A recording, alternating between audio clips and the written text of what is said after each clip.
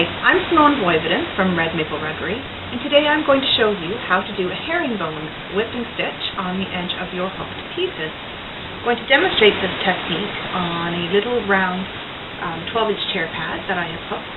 And before we begin, I'm just going to show you how to prep the hem before we actually start doing the herringbone. In order to prepare my piece, I took my ruler and I measured all the way around and marked it to get my line. I cut it out and then zigzag stitched around the edge in order for it to not unravel. If you have a serger, you could use that as well and just serge around the edge.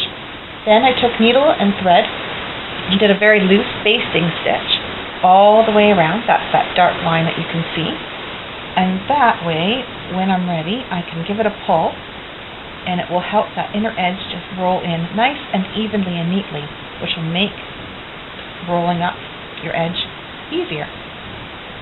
So I'm going to start where it comes in, grab the pieces, and we're going to roll the backing in towards the front part of the hooking.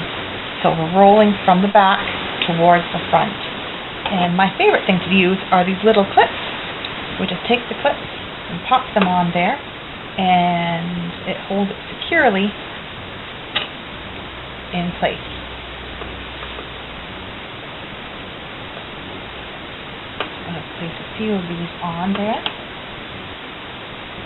just like so. I'll do one more. Make sure there's no little stray threads hanging out. You want them all tucked in so it's a nice neat job. Okay, so now we're ready to begin doing our whipping.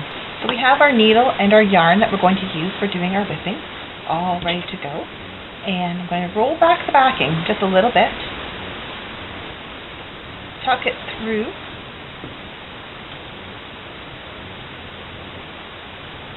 and then through again. And we're just doing this to secure our yarn in place because we don't want all of it to come undone after we do the hard work creating our beautiful herringbone stitched edge.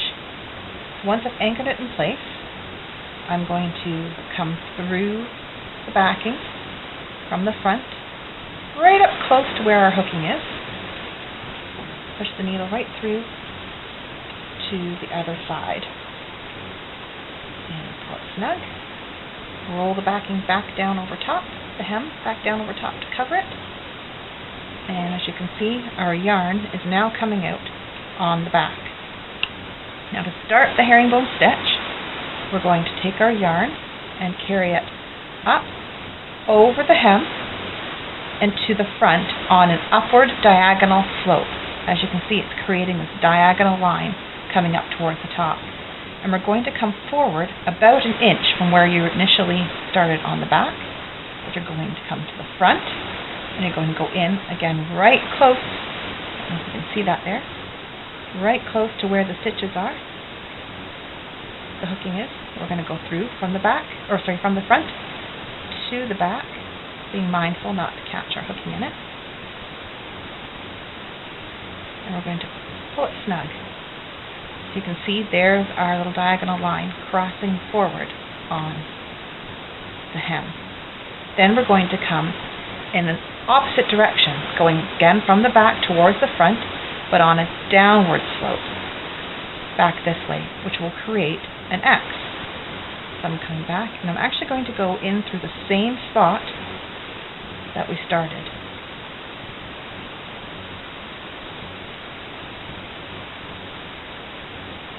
And there's my X.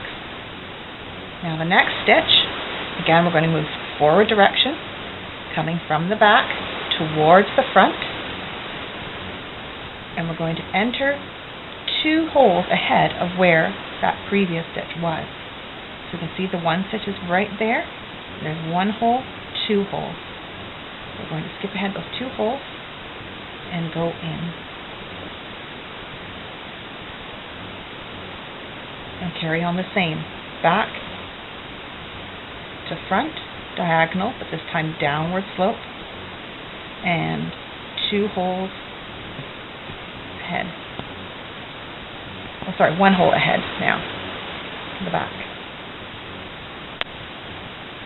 Now we're moving forward, slope, back over top again, towards the front, an upward diagonal, 1, 2 holes,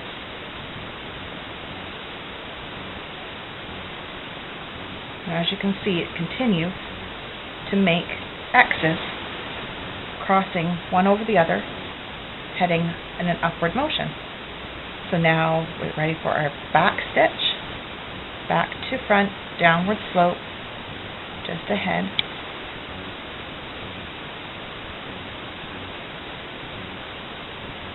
Front stitch, back to front, upward slope, 2 whole stitches ahead.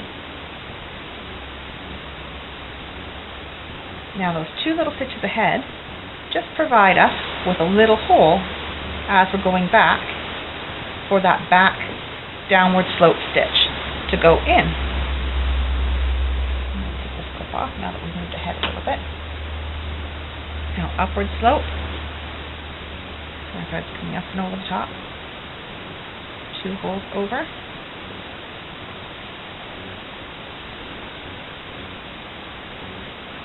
And back again.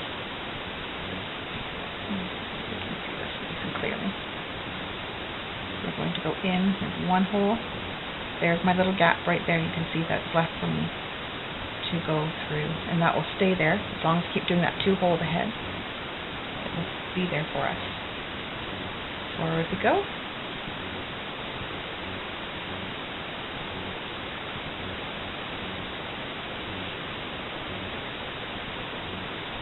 And we want to make sure that our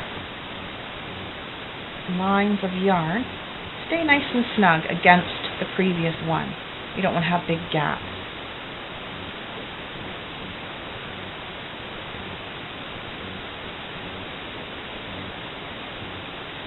Now you can make your spacing as you're marching upward as narrow or as wide as you want.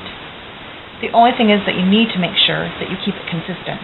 So if you start off with your upward stitch being this long, it has to stay that long the whole way along.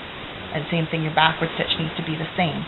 If you want to have a longer upward stitch, you need to make sure it stays that length the whole way along as you go. And then your backward stitch would also stay that length. And it just means that you have a longer X this way or a shorter, tighter X this direction. Just changes the look a little bit. Either way, whatever you're most comfortable with will work. So we just keep going back to the front, back to the front but on the downward. I'll show you from the back side how this looks. You can see on this side very clearly there's all of our upward slope stitches with the downward slope stitches going underneath them. It crisscrosses along the top, and on the front side it goes in the opposite direction. There's our upward slope stitches and our downward slope stitches going underneath them that way. So we're just going to carry on in this fashion all the way around our hooked piece. Now I could have you just sit there and watch it the whole way I go, but that would be awfully boring and take a long time. So I'm going to go off and finish this, and when we get close to the end we'll come back and I can show you how you just finish this off. So now we are back a little bit later, and I have gone all the way around my hem with the herringbone stitch, and I'm at the point where the bit that I'm working on is meeting the starting point, and we have this little wee gap left to fill in. And to do that seamlessly, we want to bring our thread over, just like we've been doing, but instead of going completely over the top, we are going to actually tuck it underneath 2 stitches and through to the other side.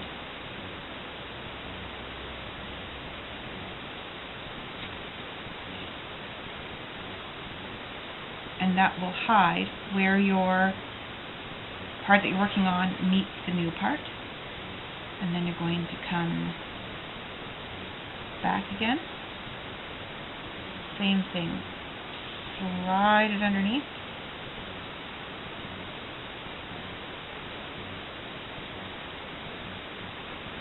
And cross backwards.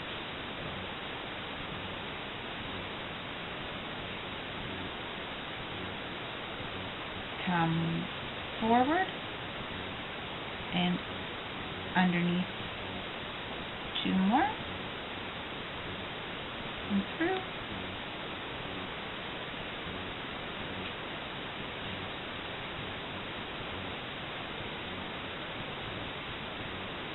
And slide it back underneath again.